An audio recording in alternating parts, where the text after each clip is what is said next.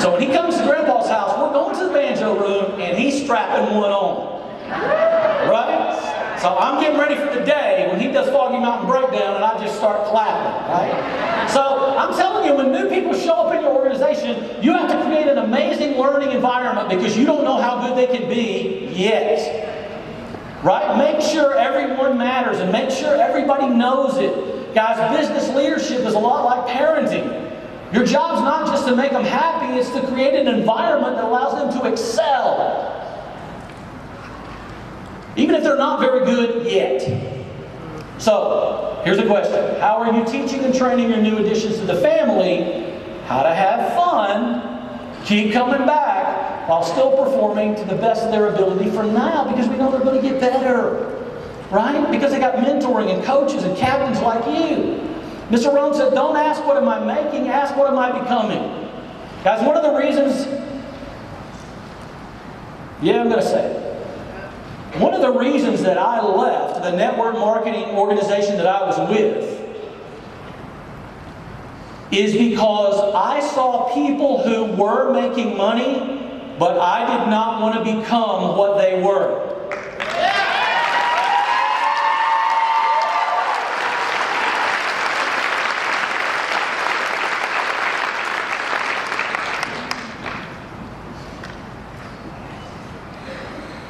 Becoming is amazing. Every day when I get in my car, that's my reminder. That's my goal. Every day.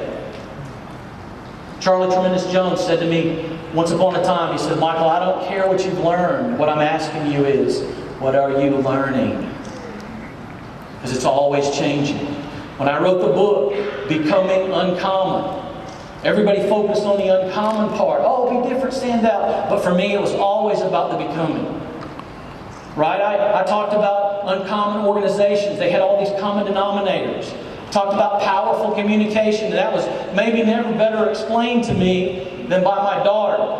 I remember when she became a powerful communicator. Now this is her when she was in school. And there we are doing a little celebrating. And if there's any dads with daughters, let me just encourage you guys, dance with your daughter while you can.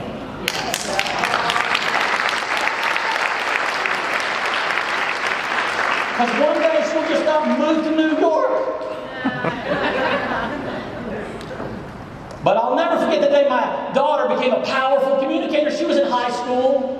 And I'm talking about, like Dr. Covey says, seek first to understand, right? Communicate to a place of understanding. When she delivered the message, and I got it. I didn't like it, but I got it. So here's how that day went. She comes home from school. She said, Dad, the principal would like you to speak at a small meeting at school.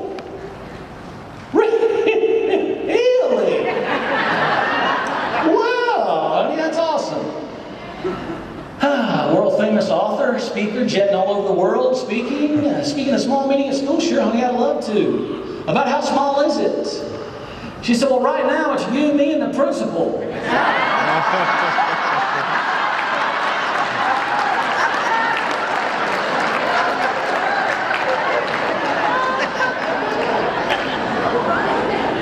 I got that message.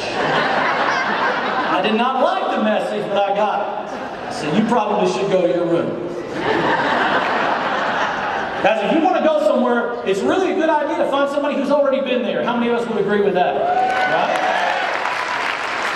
And that's the mentoring and coaches and captains. This is the guy I got to spend 2 years with. Sandy and I were just talking about him backstage. Dan Kennedy was on the Success Events Tour for about 10 years.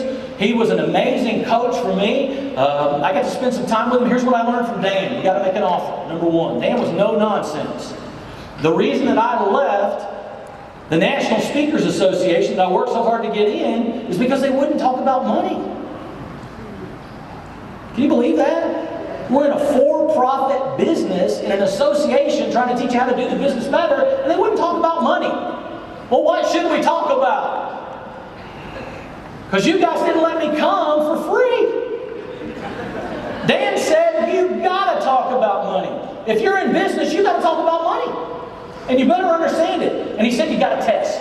You got to test like a maniac. If you come up with a good idea, you don't know if it's a good idea. If you come up with an idea, you don't know it's a bad idea until you test it. That's what I learned from Dan Kennedy. Here's what I found out along the way. If most people could get residual income without a coach, they probably have it by now.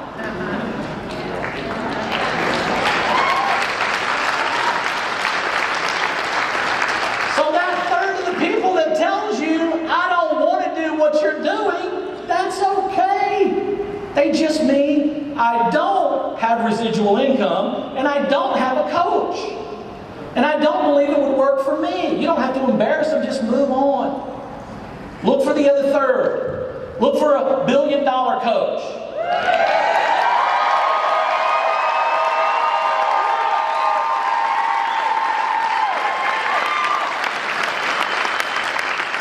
From the moment I first talked with Anthony on the phone, we just had this connection. You heard him talk about it. I flew down here because I wanted to meet him. I didn't know what else was going to happen. I just knew I wanted to meet him.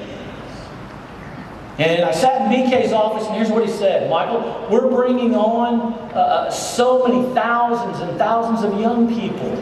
I talked about my son, him being excited about doing an online business. He's an amazing online marketer. He said, we're doing a lot of stuff online. I said, yes, I see that. My son's pretty excited.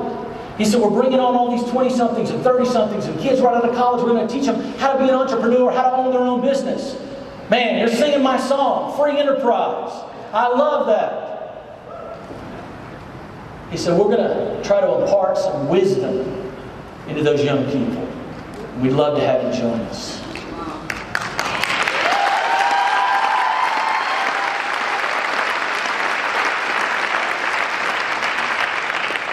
Guys, as a leader, we got to work on us. And what you believe matters. Read a book called The Magic of Thinking Big. Just read the first page. I'm big on just getting these books and reading page 1 or page 7 or chapter 5 or what. You don't have to read the whole book, but go to work building your library. This organization believes in training, otherwise you wouldn't be here. They believe in an amazing culture. I've seen it personally at Anthony's office. I've seen it in the home office. I've toured the plant. Was that amazing? They believe in systems, and that was one of the first things I wanted to know about. Not hit and miss, not what are we throwing against the wall. I want to see the system. And when I did, I said, wow. Because I know systems produce predictable results. And when you combine that with leadership and amazing people, some incredible things are going to happen. I love quotes, and here's one of my favorites. The key to a great painting is the nerve after weeks of effort to bet the painting on the next brush stroke. Man, you got weeks and weeks invested, and the next stroke makes it or breaks it. Are you willing to go all in? Because what I found is the key to amazing organizations is the same thing. To bet the painting on the next big project. And the next big project is going to $1 billion.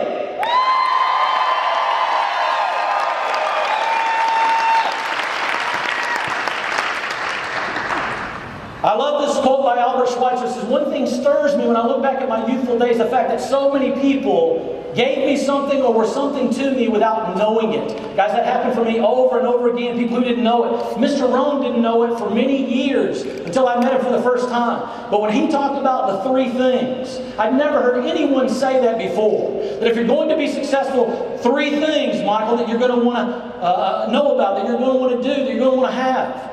Number 1, you want to take and keep lots of pictures. Pictures? How is that going to make me successful? I didn't get it in 1986, but I get it today, and I've shared some of those pictures with you. Number 2, he said, you want to have an amazing library. Now at the time when he said that, I had a few books, but you certainly couldn't call it a library. But today, the evidence is too powerful to ignore. This is one of the walls in my office where I don't spend as much time as I'd like because of my schedule sometimes. But when I go in there, as Mr. Rome says, people ask, have you read all those books? No, but just walking in, I feel smarter. And the third thing he said, write in a bound book. Keep a journal. I remember hearing him tell the story about guys who said, oh, I don't want to write in a diary. It's not a diary. You don't have to write in it every day. But something's happened in your life in the last year worth writing down. Capture it. I spent 16 days in Africa. I took a journal. I was so excited. I wanted to show it to Mr. Rome. I never got the chance to show him that journal. But I took it with me, and for 16 days in Africa, I wrote in that journal. Now, I just pull that book from the shelf, and bam, there I am back in Kenya with a face full of dust and one light bulb in a small school building where countless young people drove and rode their bikes from all over Africa just to be there, to hear the American who had come to speak. Powerful. I'm so glad I didn't trust my memory, but I captured it so I could relive it over and over again. Mr. Rohn said you're the average of the 5 people you spend the most time with. Best you take inventory. Who you're hanging out with.